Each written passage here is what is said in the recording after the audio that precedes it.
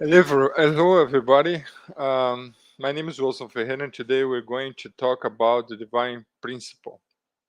The Western world is being dominated by four ideologies: woke,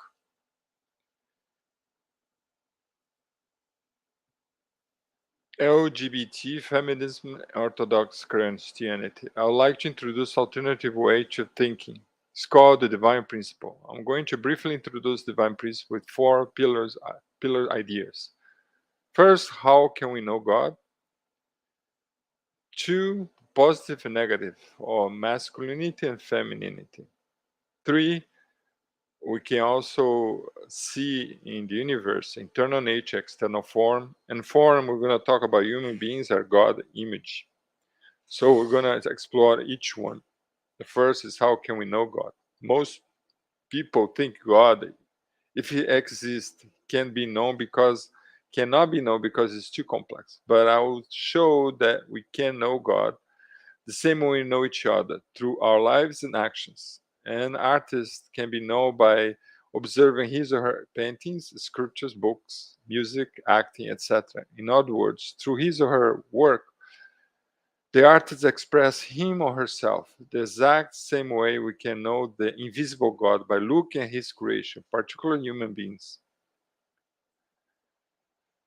As Paul says on Romans 1:20, for since the creation of the world, God's invisible attributes, his external power and divine nature, have been understood and observed by what he made. So the people are without excuse. So according to St. Paul, we can know God by looking at the creation common features. The first common feature of the creation is what we call masculinity and femininity, or positive and negative. Subatomic particles can be divided in two categories: electrons, negative, and protons, positive. The plant kingdom multiplies by interaction of two organs: the pistil, female, and the stamen, that's male. The animal kingdom is divided in male and females, and finally, human beings are man and woman. Thus, God is Father God and Mother God. Also, we can see all creation has an internal nature and external form. Again, subatomic particles are animated and performed according to specific laws, physical laws. The physical laws are invisible, but they can be perceived by observing the particles. Electromagnetism, electrodynamic is another law, quantum is another law, etc. The plant kingdom grows, multiplies, exists through the seasons by following natural laws, such as dormance, hibernation. The natural laws are invisible and they are expressed by the plant trunk, which is visible. The animal kingdom, dogs, lions, dolphins, eagles, fish, etc., are guided and live by what we call instinct. The animal body is visible external form, but the instinct is invisible, internal nature. Finally, human beings control their bodies, growth, multiplication, nutrition, work, relationships by the power of the mind. Our bodies are visible, external form, but our mind invisible, internal nature. Thus, God has a mind and body. And the last, I'd like to talk about human beings, God's image. One last point I'd like to mention is that the fact man and woman are created to be God's image. According to the Bible, Genesis 1:27, God created man in his own image. In the image of God, he created him. Male and female, he created them. God is creator, thus he created us to be his co-creators, and particularly in the creation with him by exercising our portion of responsibility. God can lead us to maturity by himself. God cannot turn us into loving beings alone. I will elaborate that idea in a later session. This content is a revelation from God that was given to the Reverend Samuel.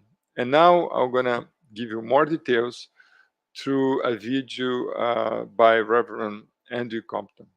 Please enjoy. Hey there, just 1 second, let me get this camera adjusted and we can start. Hi, this video entitled God or No God is part of a series, Understanding Life, a Study of the Divine Principle. My name is Andy Compton and I'm really happy to be able to present this particular topic to you. I think it's going to be a really interesting topic, so I hope you're looking forward to it. I myself personally, for several years, did not believe that God existed. And that was a real block for me to be able to study the divine principle. So what I want to do here in this short video is I want to invite you to temporarily, just temporarily, to let go of your disbelief or let go of your doubts concerning God and just believe in God for the sake of study, for the sake of discovery, of what you might be able to find in that process. Let me explain. The way that we arrive at knowledge, one way we can arrive at knowledge is we start off with a premise.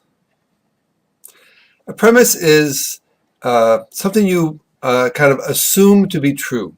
It just is. You just assume that this is true. And what we're going to do here is our premise is going to be that God exists. That with a premise, that from the premise you then develop a theory. And the theory which comes from this view of God is called the divine principle. Okay? DP standing for divine principle. And we're trying to encourage you to study the divine principle. Now you may not want to because you don't believe in God. So what we're saying here is just temporarily, for the purpose of study, let's just say that God exists. And then what we'll do is, as we study the divine principle, we'll see whether or not this theory of the divine principle can answer your questions. Does it provide a way to solve problems in your life or in the world around us? Does it offer a consistent explanation? Does it offer explanations which are able to embrace your emotions, your spiritual values, science, history, and your experiences in life? And finally, and most importantly, does this divine principle actually bring results? Does it enable you to become a better person? Does it enable us to make this a better world? Right? And if it does these things, then you might go back and say, wow, maybe God really does exist. Or on the other hand, if it doesn't accomplish these points, you then can go back and say, well, at least based on the divine principle theory, I am sure now that God does not exist. So I want to ask you to kind of take this leap of faith or take this step and just temporarily, as you study the divine principle, to take the position or take the premise that God exists. Now, in response to that, you may say, no way, I'm a busy person. I don't want to spend any of my time exploring some new idea based upon God's existence. All right, so give me a few more minutes here, and I'm going to present to you a few good reasons why it is to your benefit, why it makes sense to spend some time in this fashion. Okay? All right. First point. Logically, it just makes sense to invest in this way. The reason being that if it turns out that you realize, oh, God does not exist, you don't lose anything. You're not going to lose anything, although you will lose a little bit of time. But when you think about it, after you die, you're dead and gone. God doesn't exist. There's no afterlife. So you will never know you existed, and you'll never know that you wasted that little bit of time convincing yourself that God doesn't exist. Right? And on the other hand, what if you find out that God does exist? In that situation, you're going to have incredible benefit. It may benefit you eternally. So from this viewpoint, don't you think it makes sense to take a little bit of time to study the divine principle and be willing to take this position that God exists? Okay, you may still not be convinced. So let me take you to another point. Okay, this next point brings out the fact that the universe, which we used to think in the past always existed, is an eternal thing, which time goes back forever. We now know that the universe actually has a beginning. This is the idea of the Big Bang, that there is a beginning point of the universe. That means that there is an origin. Something beyond time and space made this universe to exist. We can all agree on that. The question is the origin, is that God? Well, there's no way to prove that or disprove it. But what I want to show here is that it makes sense to believe that this original being has or possesses creativity. That the universe most logically, most intuitively, must have come from something that had creative ability. And why do I say that? Well, when I was an atheist, I said, what? Taking mathematics, it's possible to show that there is some probability, there is some possibility. It might be 1 in a trillion, trillion. I don't know the exact number. But there's a possibility somehow that energy, and it just by chance made these particles, and by chance, atoms and molecules bouncing around brought forth this universe. People and our desires for love and searching for an ideal and goodness and beauty and truth and all these things. All right. But I believe, and what I want to show here is that it makes more sense to believe that it is the fruit of creativity. Why? Well, let me give you a little story here. Imagine that in the forest, a tree falls down. This tree falls down in the forest. And this person, let's say her name is Sally, she's walking through the forest and she sees this tree. And she notices that this tree has kind of a chunk of it has been taken out. See if I can draw this. And it looks like a little bench, kind of, right? There's like a bench here has been kind of cut out of this tree. And on the back of it here, there's what looks like there's some writing. It's hard to make it out. There's moss and there's all this kind of growth and stuff. But she looks carefully. She says, my goodness, it says, there's the letters F-O-R, Sally, and then there's a heart, and it says D-A-D. And then what's really amazing is she can make out the numbers 2-2-53. And she's amazed because her birthday is February 2nd, 1953. So oh my gosh, it's amazing. And you would think that she would conclude, wow, my dad was here on my birthday because this is a park, maybe not so far from her home, and that he did this. He created this for me. But instead, what does Sally do? Sally says, no, I choose not to believe that. Because there is a mathematical possibility that termites who live in this area could have eaten this tree, eaten the wood in such a way that it left this hole and this impression, these kind of what look like letters, actually just the random result of these termites chomping away. The moisture maybe dripping from above landed here in the tree in such a way that it attracted termites, and this could have happened. Now, it is possible. I mean, she is correct. There is a possibility mathematically. If you figure out termites eating at random, you could figure out some kind of mathematical possibility that this was done by termites. Okay, so that was my position. I looked at the universe and I said, I don't accept creativity. I choose to believe that this was just a chance thing. And look, here's a mathematical possibility for that. Then let's look deeper. Why does Sally choose to have that opinion? And we discover that she has this bitter hatred, resentment towards her father. Because she was told that after she was born, after that day, her father left and was never seen again. He abandoned her. So she's developed over these many years, 50, 60, more than 60 years, this deep resentment towards her father. So emotionally, she just cannot believe that her father went in the forest near their home and did this. And who knows, right? Because after all, there is a possibility, mathematically, that termites cause this to happen. But I know and you know that the reality is that it means that her father went and did this. I mean, mathematically, it's possible that on the back of this little stump here, the Gettysburg Address could have been written there.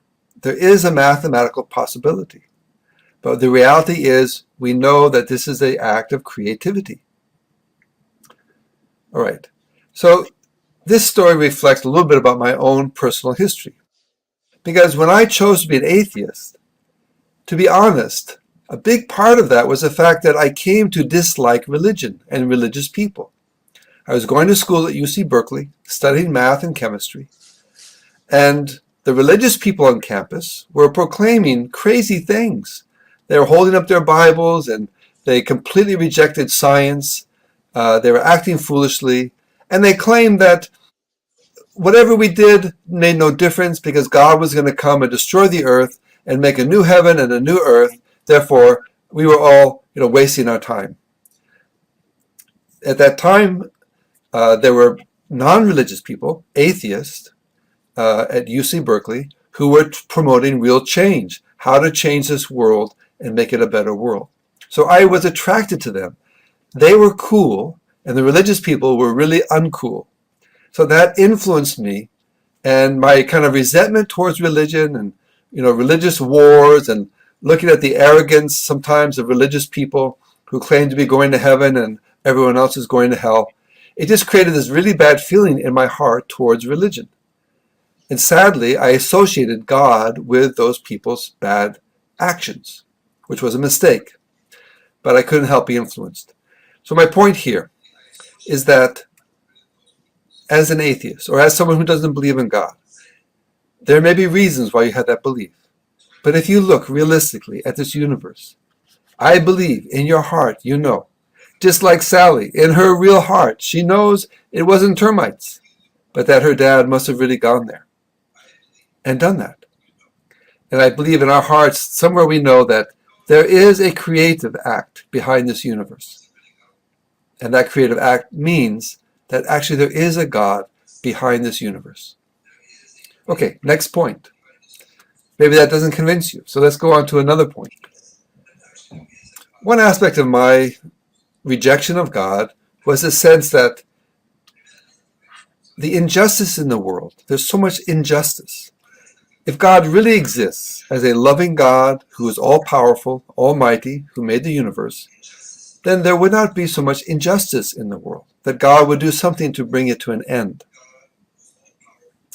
Well, there's an explanation for this. The divine principle teaches that God created for what reason? God is a being of heart. And God created because God had no one to love. God wanted to have an object to love. So God made the whole universe as the home to that object. And that object is actually man and woman. Now, in order for God to love man and woman, and for man and woman to return that love to God, we also have to have this capacity to love. So how do we gain the capacity to love? And that is not an easy thing. For love to grow and mature and become the kind of love that can relate to God, it requires freedom. You can't have love without freedom. God cannot come and force us to love him. We'd be like a robot then, right? A robot. Now the problem with love, although it's so important for God's ideal, is that there's a certain danger. There's a possibility within freedom that love could be twisted and taken in the wrong direction. This twisting of love, taking it in the wrong direction, in religious circles is called the fall of man, or the original sin. All right, so this is the point. God is absolutely in control of everything. But then God decided, by his own choice, to bring forth love and give man and woman the possibility to love. And in doing so, God created a place that God does not control. And there's a possibility for deviation. So what happened? Well, here's an analogy. Okay, here is the sun shining, right? Sun is shining, so bright. And here's man and woman enjoying the sunshine. But this man and woman decide, hey, let's dig a hole. Let's dig a hole down into the ground, way, way down, let's say 1,000 feet down, and let's live there. Okay, here they are. Then one day, the man says to his wife, I'd like to feel the sunshine on my face. I'd like to feel the warmth of the sun. I miss it. Then what's going to happen? Can the sun shine down here 1,000 feet below the Earth's surface? I don't think so. It ain't going to happen. That's the point. People have moved away from God. God symbolized by the sun. You can't get sun to shine on you unless you make the effort to dig back out 1,000 feet to the surface. And then you can experience the sunshine. So this is what has taken place in the case of humanity. We have moved away from God by our own freedom of heart. And in doing so, we have made it very difficult for us to experience God or discover God. Now you might say, hey, I'm over here and I never dug down in the ground 1,000 feet, so this should not affect me. Sorry, that's not the way it works. If a man and a woman dig down 1,000 feet in the ground, and then they have babies there, they have babies, okay, a baby is born down here. The baby's going to be born not in the sunshine, but it's going to be born where the parents moved to. This is also true spiritually. It means that what our parents do, what our grandparents did, what our great-great-great-great-great-grandparents did, all these things affect where we are today. So our situation, even though we may not be personally responsible, we are in a situation in which it's difficult for us to connect to God. So what I'm saying in this point here, if you think about it logically, you can understand, even though there's injustice, even though we experience this darkness, there can still be God. God may still exist. It may be simply the result of our misuse of our freedom, our misuse of love. So I hope that this will help encourage you to make the decision to believe in this premise, to take this premise temporarily that God exists and study the divine principle. That's not enough still? You need more points? Okay, let's keep going here. Here's another point. This next point has to do with people's personal experiences with God, or if not with God, with what we call the spiritual world, spiritual experiences. The point here is this. There are many people who have had experiences with God, or if not with God, with the spiritual realm. And based upon those experiences and their testimonies, I want to encourage you to take this step of believing that God exists as a way to study the divine principle. All right. So, what testimonies? Well, first I'll give you my testimony, just briefly. I was in a position where I had invested a lot of energy and heart and care in a particular person for that person's well-being. And then one day this person turned their back on me, abandoned me, and just left. And I was so hurt. Okay, it was painful. And I'll never forget that day. I was in this room. I hung up the phone and walked over, sat down in a chair. Sun was coming through the window. And I just kind of let out the air and was really, really, depressed. And then suddenly, someone came from behind me, wrapped their arms around me, and held me really, really tight. I mean, it was like physically somebody holding me really tight. I could feel it, the pressure. And yet I was the only person in the room. And then I felt in myself an incredible sense of love that just permeated through my entire being.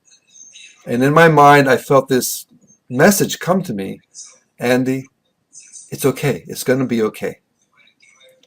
So this experience, which was a powerful experience for me, I don't know if it was God, but I do know for sure it was at least a spiritual experience. Now, as a scientist, I could rationalize that there's a mathematical possibility that atoms bouncing around in the energy in the universe would produce what we have today.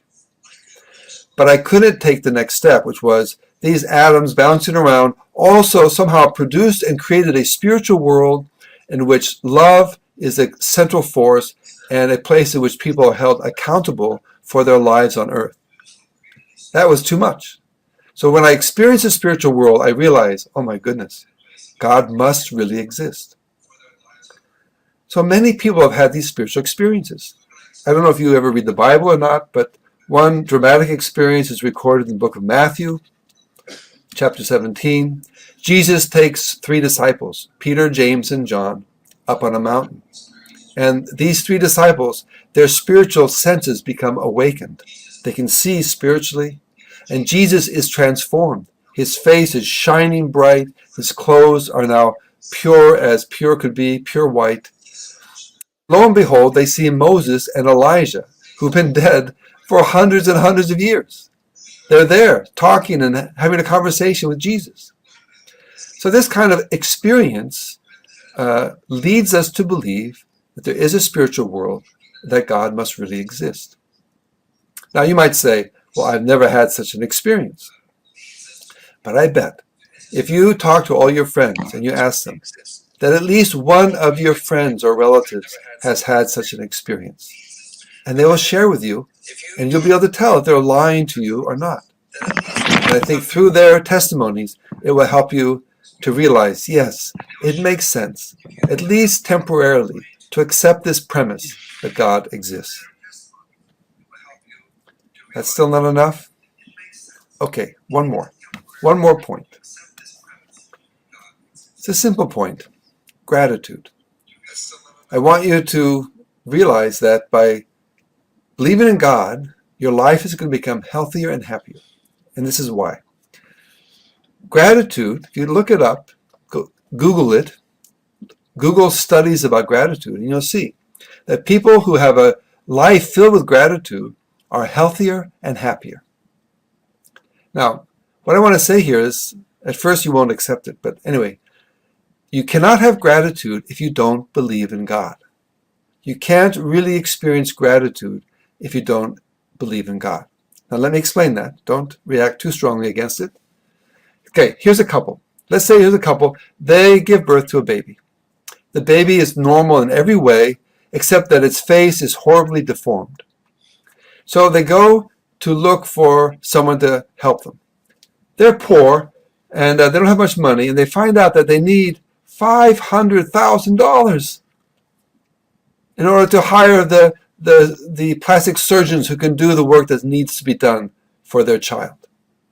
Oh my gosh, $500,000. All right. So they go and they bet on the lottery. And they win. They win $500,000. Wow. Now, do they feel gratitude? Not really. This is not gratitude. They're going to be incredibly happy. Okay? They're going to be really, really, really happy. But not really gratitude. You know, are they grateful to the lottery ticket or to the numbers, or what are they grateful? Who are they grateful to? Okay. Now, to make my point here, let's say they go out and the lottery ticket doesn't work. They don't win the lottery. But then let's say their co-workers, people they work with, not rich people, let's say a handful of people, they get together and they call their friends, they mortgage their homes, they borrow money here, borrow money there, they raise money as best they can, and they come up with like $490,000. And you come up with the other $10,000 and you reach this goal of $500,000. Now, what is your feeling now? You're just as happy as you were before, just as happy. But now there's this element of gratitude. You have this incredible artistic feeling towards these people. It's an extension of heart. Can you feel the difference? You win $500,000 with a lottery ticket. Great. But now these people who you've known for many years, your co-workers, they come together and they sacrifice so much in order to give love to you and give you this money at great sacrifice for the sake of your child. Do you see the difference in the experience of heart? That's real gratitude. And when you have that experience, your life is changed.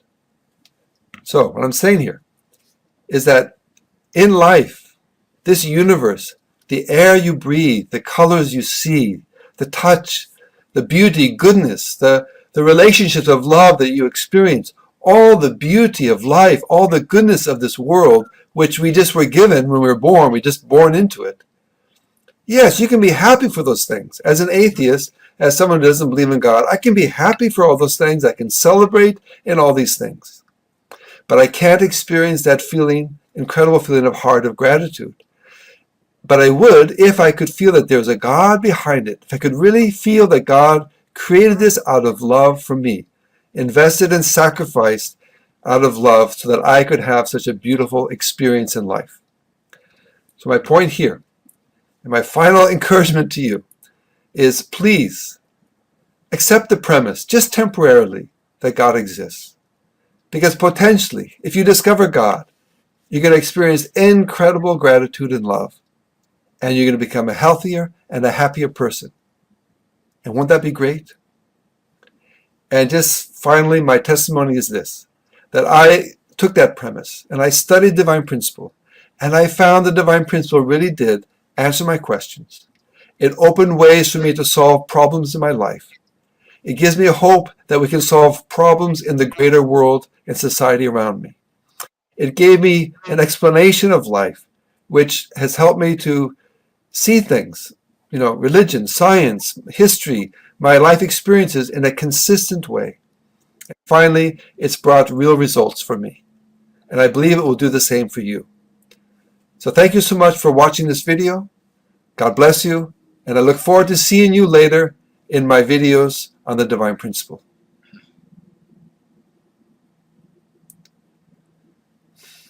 Great. Thank you, Reverend Andy Compton, and thank you for watching us, taking your time to follow the Divine Principle introduction session anyway. And I hope you can come next week, where we're going to explore more about Divine Principle, and we're going to talk about how we can know God through the universe, right? The idea that a creator left his imprint, his invisible nature in the creation, right? We're going to explore that idea, and which is pretty much 2 points. One is the masculinity and femininity of God, man and woman, male and female, positive and negative particles, and also the idea that everything in the universe has an internal nature and external form, right? Mind and body, pretty much. Instinct on the animals, the universal laws, physical laws, etc. They express to the particles, the instinct express to the behavior of the animal, and our character, which is invisible, is expressed in our bodies, right?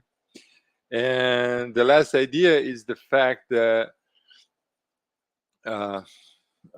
we are image of God. Man and woman we created image of God, and so we're created as co-creators in the universe. So God cannot force us to be loving people, but we have a responsibility to grow ourselves in that regard. Okay, so I hope you can join us in next session, hopefully next week, and we can get in more details about Divine Principle. Thank you very much. God bless you. Bye-bye.